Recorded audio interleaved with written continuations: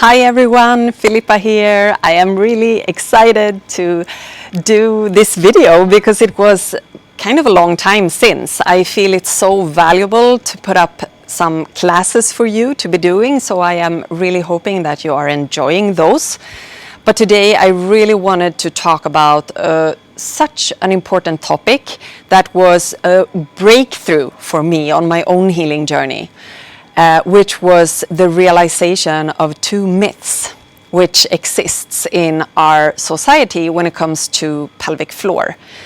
And there are probably a lot of other myths, but these two specifically really helped me understand the body from a different perspective. So let's dive into it. The first myth is that our pelvic floor is made up by layers of muscles, which is such a joke. Like, nothing in the body is just made up of out of one thing. So when I could understand, firstly from an intellectual point of view, and then from a bodily point of view, I could really embody this knowledge and wisdom that I realized was that muscles are, of course, a big part of the pelvic floor. It's what kind of holds a lot of it up, not everything, but a lot of it. And it also helps with the function, of course. We have a lot of different functions happening in the pelvic floor every single day. Elimination, and then, of course, the cycle, the menstruation, which is kind of, in a way, a part of elimination. All the pleasure that is possible to feel in this area. And also, of course, being able to create life and give birth. So there's a lot going on here, and muscles are, of course, involved in all of these processes.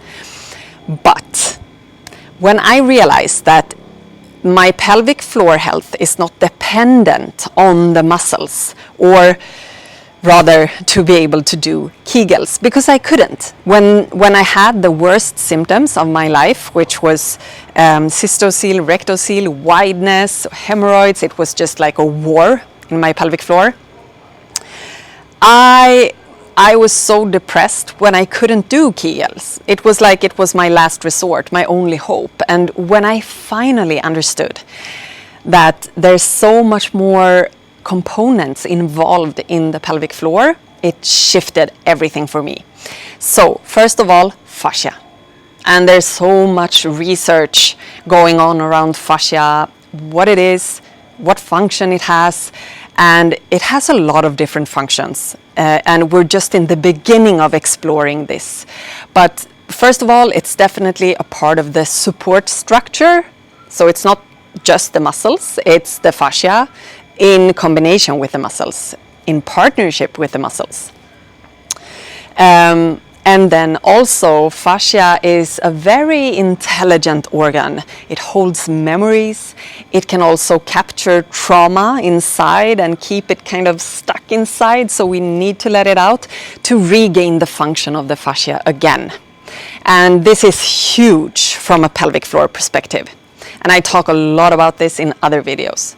So, fascia, and then of course the ligaments, big part of the support system in the pelvis, in the pelvic floor. Because what if the muscles couldn't attach to the skeleton, which is actually the next part, the skeleton. And it's huge too, the skeleton.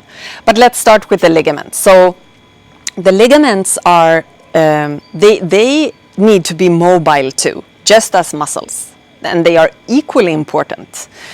So when we do our kegels, and maybe to do too many kegels, that is going to create tension also in the ligaments, and the fascia that wraps around and inside the muscle will also get tensed. So you can see where this is going. Everything is affecting each other, but we are only thinking from a muscular perspective because that's what we've been told, and that's the only tool that is given, except for the invasive ones when it comes to pelvic floor health.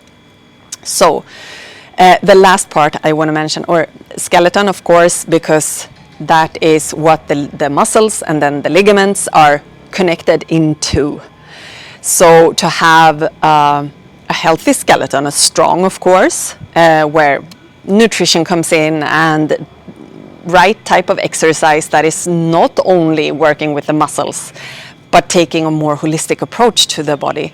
But then, of course, also posture, from a postural perspective. So we don't want a too much tilt in the pelvis. We don't want to have a rotated pelvis. You know, many of us have been in accidents or other things have happened to us, and the pelvis has been affected, like the structural skeleton of the pelvis is affected by this. And this is going to pull in the ligaments, in the fascia, in the muscles, and create tension again. And then, lastly, the nerves. The nerves are so important for function. Like, if you don't have nerves, you can't let your brain signal to your bladder that you can empty now safely. Like, we're on the toilet and we're just going to empty. Or if you have problem peeing, the opposite.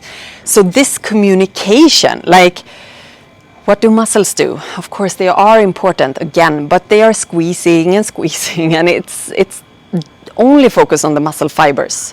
So when we start to work with all of these other things, it will affect the nerves, it will affect the fascia, it will affect the skeleton, the ligaments, and the muscles.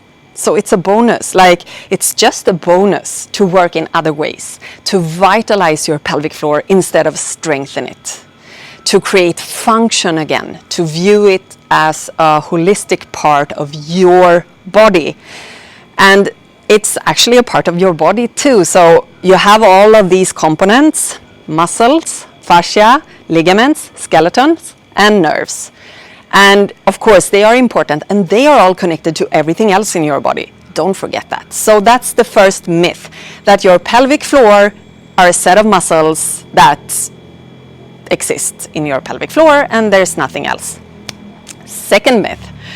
I'm so passionate about this. Second myth is that the pelvic floor is a floor, like parallel to the earth. It is not.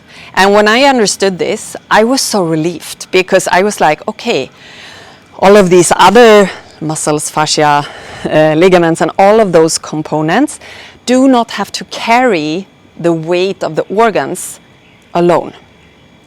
Because if the pelvic floor is like this, we have an opening from the bladder, the uterus, and the rectum.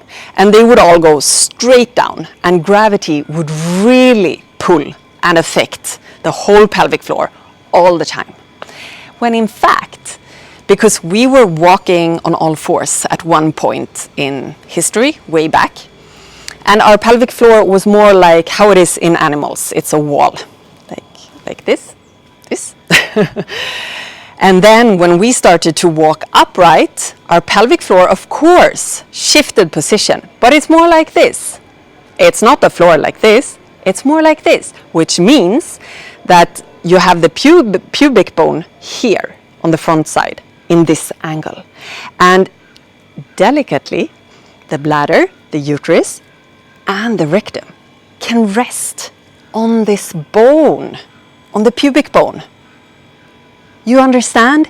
This is revolutionary, because then also posture becomes way more important than any muscles. Way more important. If you don't have a natural curve in your spine, you are going to force your pelvic floor to become more like this.